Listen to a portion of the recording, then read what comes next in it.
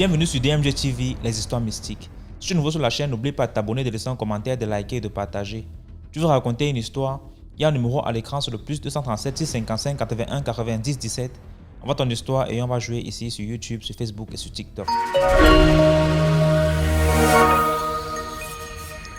Bonsoir DMG, j'espère que tu vas bien et bonsoir à toute la communauté, j'espère que vous vous portez bien encore.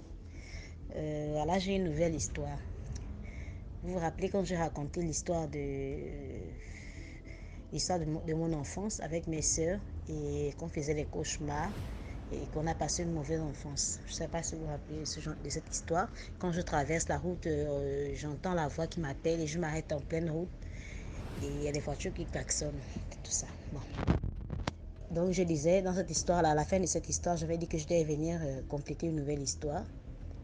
Voilà, c'est aussi l'histoire de mon enfance quand j'étais enfant. Comme mon père, lui, il est conducteur d'engins. Il conduit des grands engins là. Et il fait les routes. Donc il y a une société qu'il avait pris. La société là n'existe plus aujourd'hui. Hein. Elle a fermé depuis plusieurs années.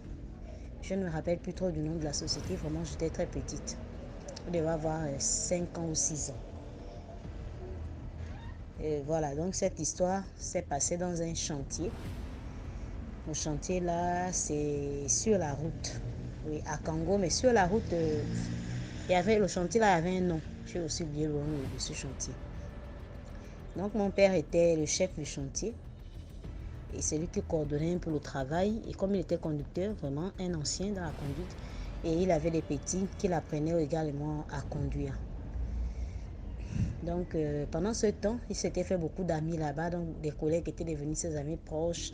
Et ma mère s'était fait aussi plusieurs amis, dont les femmes des collègues de mon papa. Et ils étaient vraiment amis. Il y a une que je me rappelle du prénom, mais je ne peux pas dire son prénom ici. Voilà, donc c'était vraiment devenu des amis. Il y a des amis de mon père dont je me rappelle bien. Et je pense qu'il est toujours en vie, mais on n'a plus ses nouvelles. Lui, c'était vraiment un grand ami à mon papa. Et mon papa, pendant ce temps qu'ils s'étaient fait des amis, et en même temps, il s'était également fait des ennemis. Pas qu'il est allé provoquer des gens dans le chantier. Non, il n'a pas provoqué. Tu peux te faire des ennemis, c'est-à-dire que les gens commencent à te détester sans raison. Et c'était ça le problème. Peut-être à cause de comment il travaillait, les gens ne l'aimaient plus, les gens ne l'aimaient pas, et les gens commençaient à le détester. Et on me disait que pourquoi il n'y a que lui qui est chef, pourquoi il n'y a que lui que le patron donne la responsabilité. Le patron avait remis la voiture pour travailler avec, donc il avait une voiture de service. Voilà, donc c'était ça. Et pendant ce temps, nous sommes à 3, notre petite soeur, elle devait avoir 2 ans, hein, elle était trop petite. Donc ce jour, avec ma soeur, nous, parfois quand on revient de cours, on partait jouer dehors. Voilà. Et on est allé jouer dehors à quelques mètres de la maison, mais tout près de la route. On s'était un peu éloigné de la maison, mais on était tout près de la route, vraiment à côté de la route. Et il y avait une pompe publique là dans le chantier. Il y avait un grand poteau qui était là à côté de la pompe publique. Et il y avait les herbes couvraient le sol aux alentours de la pompe publique et du grand poteau électrique. Voilà. Donc, on ne pouvait pas voir s'il y avait des fils détachés, des fils de courant détachés. Là, on ne pouvait pas voir. Vraiment, c'était plein d'herbes.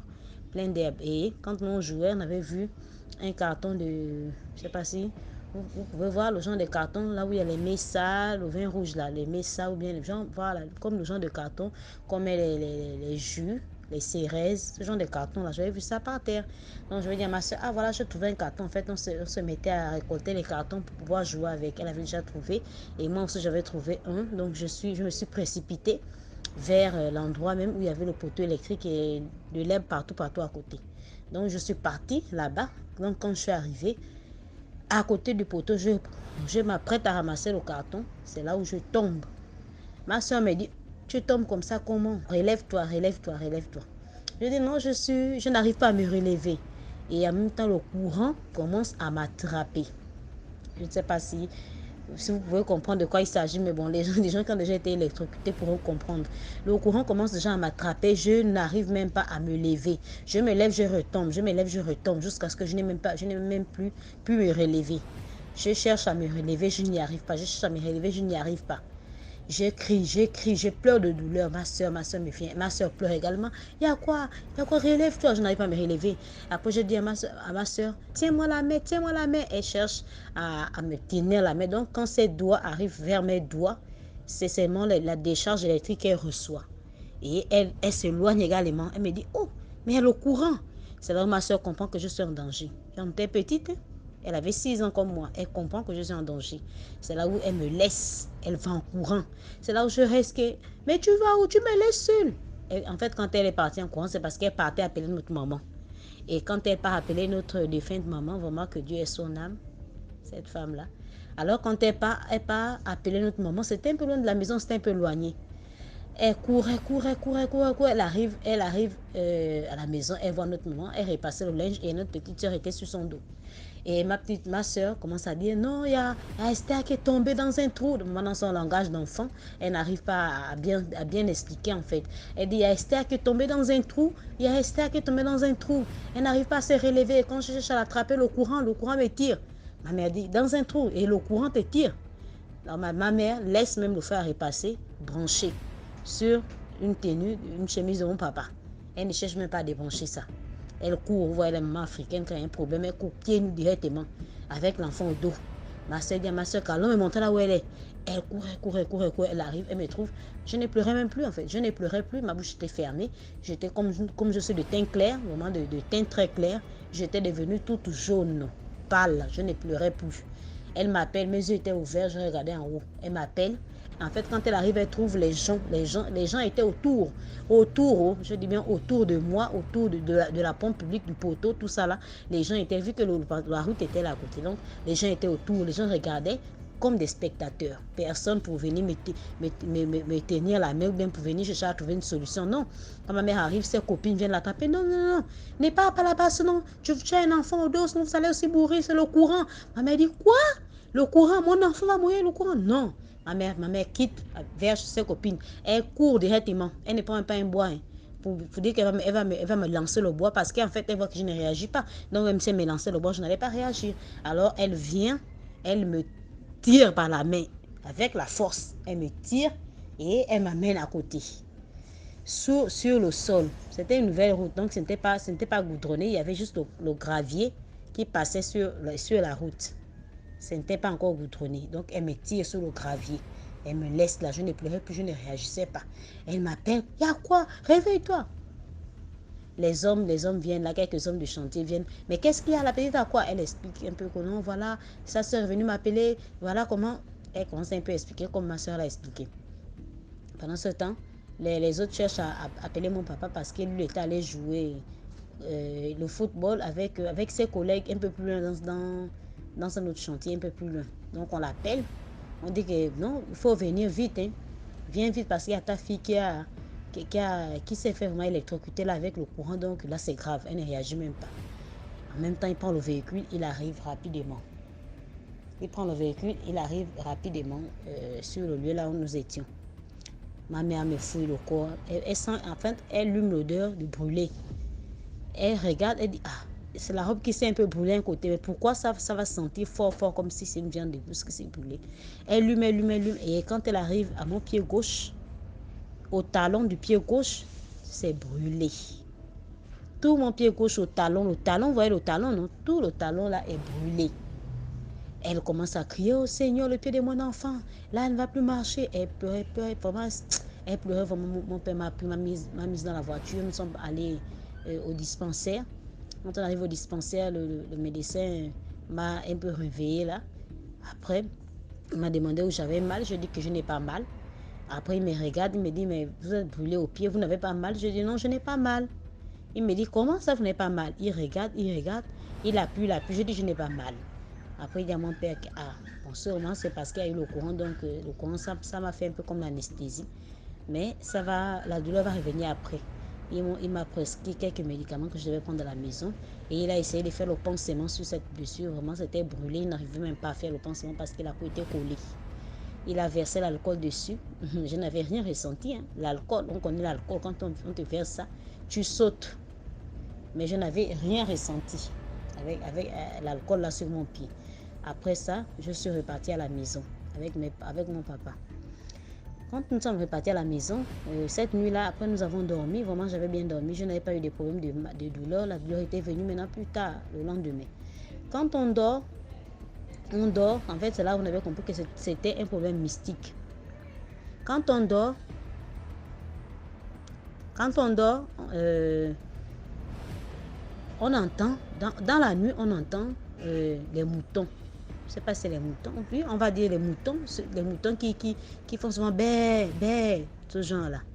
On entend les moutons. On entend les moutons qui font bé, bé, toute la nuit, pleurent comme si c'était les bébés. Toute la nuit. Ma mère dit, oh, ça c'est quel problème? Bé, bé, les moutons ne faisaient que faire ça toute la nuit. Toute la nuit. Quand on se réveille le matin, ma mère se réveille aussi pour aller à la pompe. Elle trouve les gens attroupés autour du poteau là où je m'étais électrocutée là. Les gens étaient là attroupés. Comme la pompe publique est nette à côté du poteau, elle partait à la pompe, elle a vu les gens là-bas. Elle demande, oh, c'est comment vous êtes attroupés là, il y a quoi? Oh non, viens voir ce que nous sommes en train de voir ici là. Quand on n'est pas voir, il y a deux moutons collés sur le poteau. Deux moutons collés sur le poteau, l'un de l'autre côté, l'un de l'autre côté. Les deux étaient collés sur le poteau et bien morts. Électrocuté, brûlé. Oh, ma mère est étonnée qu'il y a quoi? Qu'est-ce qui s'est passé? C'est là où les collègues et les copines de ma mère disent si moi on ne sait pas, c'est là où ta fille a failli mourir hier, non? C'est le poteau là, non? Ma mère voit ça louche que oui, c'est ce poteau là. Et deux moutons là, comme mes jumelles. C'est comme ça là que mes enfants devaient mourir. Dieu merci que l'autre n'a pas insisté à donner sa mère. L'autre, sinon les deux devaient se coller. Elle était partie. Après ça, ma mère, vraiment, elle avait réfléchi sur ça longuement. Quand elle était allée voir maintenant un ganga, comme ici au Gabon, on appelle les marabouts, là, tout ce monde a les ganga. Elle est allée voir un. Le ganga a dit que, madame, il y a un problème. Hein. Non, normalement, ça là, c'était un coup préparé pour tuer tes jumelles, tes enfants. Mais quand l'une d'elles est tombée, l'autre a eu l'intelligence de ne pas courir, aller chercher sa soeur.